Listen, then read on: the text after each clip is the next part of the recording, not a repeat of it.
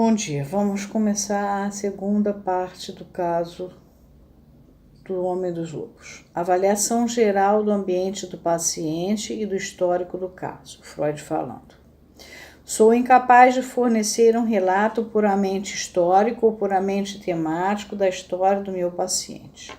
Não posso escrever um histórico, nem do tratamento, nem da doença, mas sinto-me obrigado a combinar os dois métodos de apresentação. É sabido que não se encontraram meios de introduzir, de qualquer modo, na reprodução de uma análise, o sentimento de convicção que resulta da própria análise. Exaustivos relatórios textuais dos procedimentos adotados durante as sessões não teriam certamente qualquer valia, e de qualquer maneira, a técnica do tratamento torna impossível elaborá-los. Assim, análises como esta não são publicadas com a finalidade de produzir convicção nas mentes daqueles cuja atitude tenha sido até então de recusa e ceticismo. A intenção é apenas de apresentar alguns novos fatos a pesquisadores que já estejam convencidos de suas próprias experiências clínicas, ou seja, não é para todo mundo, só para quem já está habituado à novidade posta por Freud, trazida por ele e que já trabalha com isso, tá? Tem gente que não aceita até hoje, em 2019, certas coisas, imagina naquela época. Começarei então por fornecer um quadro do mundo da criança, por dizer tanto da história de sua infância quanto poderia ser sabido sem qualquer esforço. Na verdade, não foi senão depois de vários anos que a história se tornou menos incompleta e obscura. Ele considera vários anos, porque 4 anos de análise naquela época era muita coisa. Os pais haviam casado jovens e mantinham ainda uma feliz vida em comum, sobre a qual a doença em breve lançaria as primeiras sombras. A mãe começou a sofrer de distúrbios abdominais e o pai teve seus primeiros ataques de depressão que o levaram a ausentar-se de casa. Naturalmente, o paciente só chegou a perceber a enfermidade do pai muito mais tarde, mas tinha consciência da fraca saúde da mãe desde a mais tenra infância. Por conseguinte, ele tinha relativamente pouco a ver com as crianças. Ela, a mãe, tinha relativamente pouco a ver com as crianças, os filhos. Um dia, certamente, antes de completar 4 anos, aí vem uma nota, ver nas páginas 98 da nota, nas edições anteriores a 1924, lê-se, talvez aos 6 anos. Enquanto a mãe saía para ver o médico e ele caminhava ao seu lado, segurando sua mãe, ouviu-a lamentar a sua condição. As palavras da mãe causaram nele profunda impressão, e ele mais tarde aplicou-as a si mesmo, conferir na página 99. Não era filho único, tinha uma irmã aproximadamente 2 anos mais velha, vivaz, dotada, precocemente maliciosa, que iria desempenhar um importante papel em sua vida. Pelo que se podia lembrar, cuidava dele uma babá, uma velha sem instrução, de origem camponesa, com uma incansável afeição por ele. O menino era uma espécie de substituto do seu próprio filho, que morrera jovem. A família vivia numa granja e costumava passar o verão em outra. Ambas as propriedades eram mais ou menos próximas de uma cidade grande. Houve uma ruptura na infância, quando os pais venderam as granjas e mudaram-se para a cidade. Os parentes próximos costumavam visitá-los com frequência numa ou na outra granja. Os irmãos do pai, as irmãs da mãe com seus filhos, os avós maternos.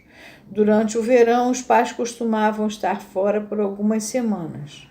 Numa lembrança encobridora, ele viu-se a si próprio com a babá olhando a carruagem que se afastava com o pai, a mãe e a irmã, e depois voltando serenamente para dentro de casa.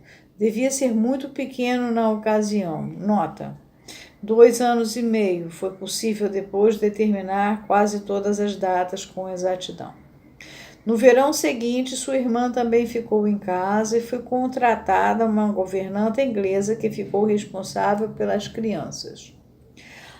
Anos mais tarde, ele ouviu muitas histórias sobre sua infância. Nota: informações deste tipo podem, como regra, ser empregadas como material absolutamente autêntico. Assim, pode parecer tentador assumir o caminho fácil de preencher as lacunas da memória de um paciente interrogando os membros mais velhos da família. Mas não posso recomendar com muita convicção essa tendência. Quaisquer histórias que possam ser contadas por parentes em resposta a uma solicitação ou um questionário estão à mercê de todas as apreensões críticas que possam entrar em jogo.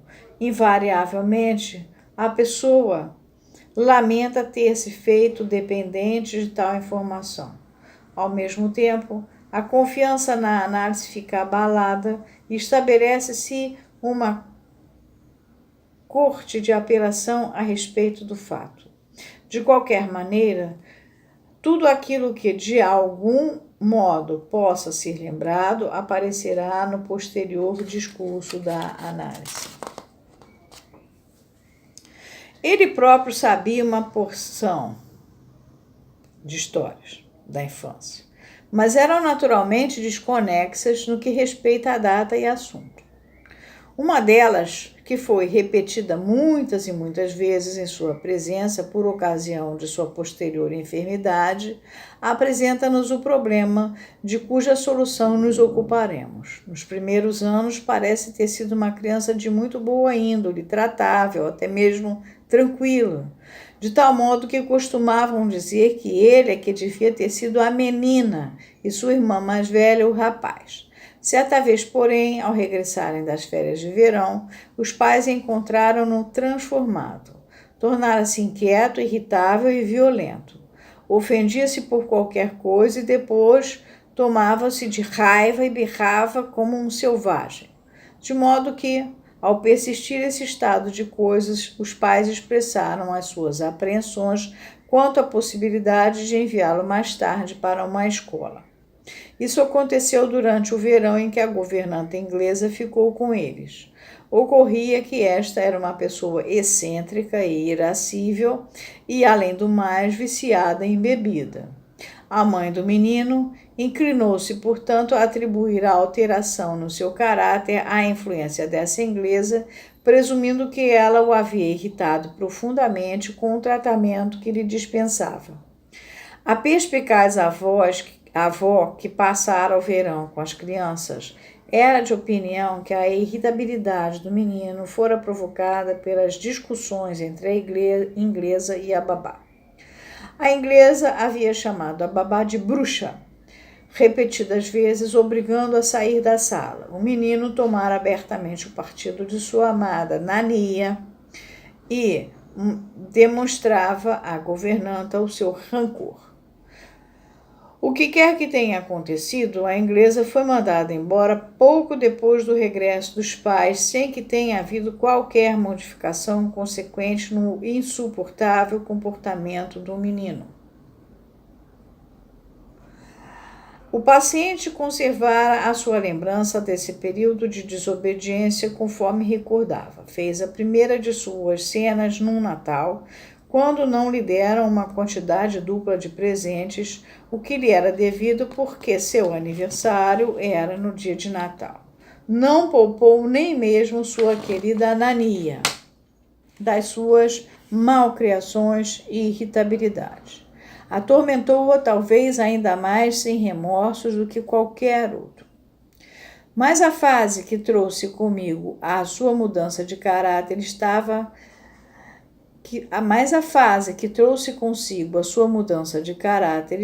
inextricavelmente ligada na sua lembrança com muitos outros fenômenos estranhos e patológicos que ele não conseguia dispor em sequência cronológica. Ele misturava todos os incidentes que vou agora relatar, que não poderiam ter sido contemporâneos e que estão cheios de contradições internas, num único e mesmo período de tempo, ao qual deu o nome de Ainda na Primeira Granja. Agora eu vou ter que parar por causa do tempo, e aí é curtinho esse pedaço, a gente vai fazer mais um vídeo para terminar essa segunda parte.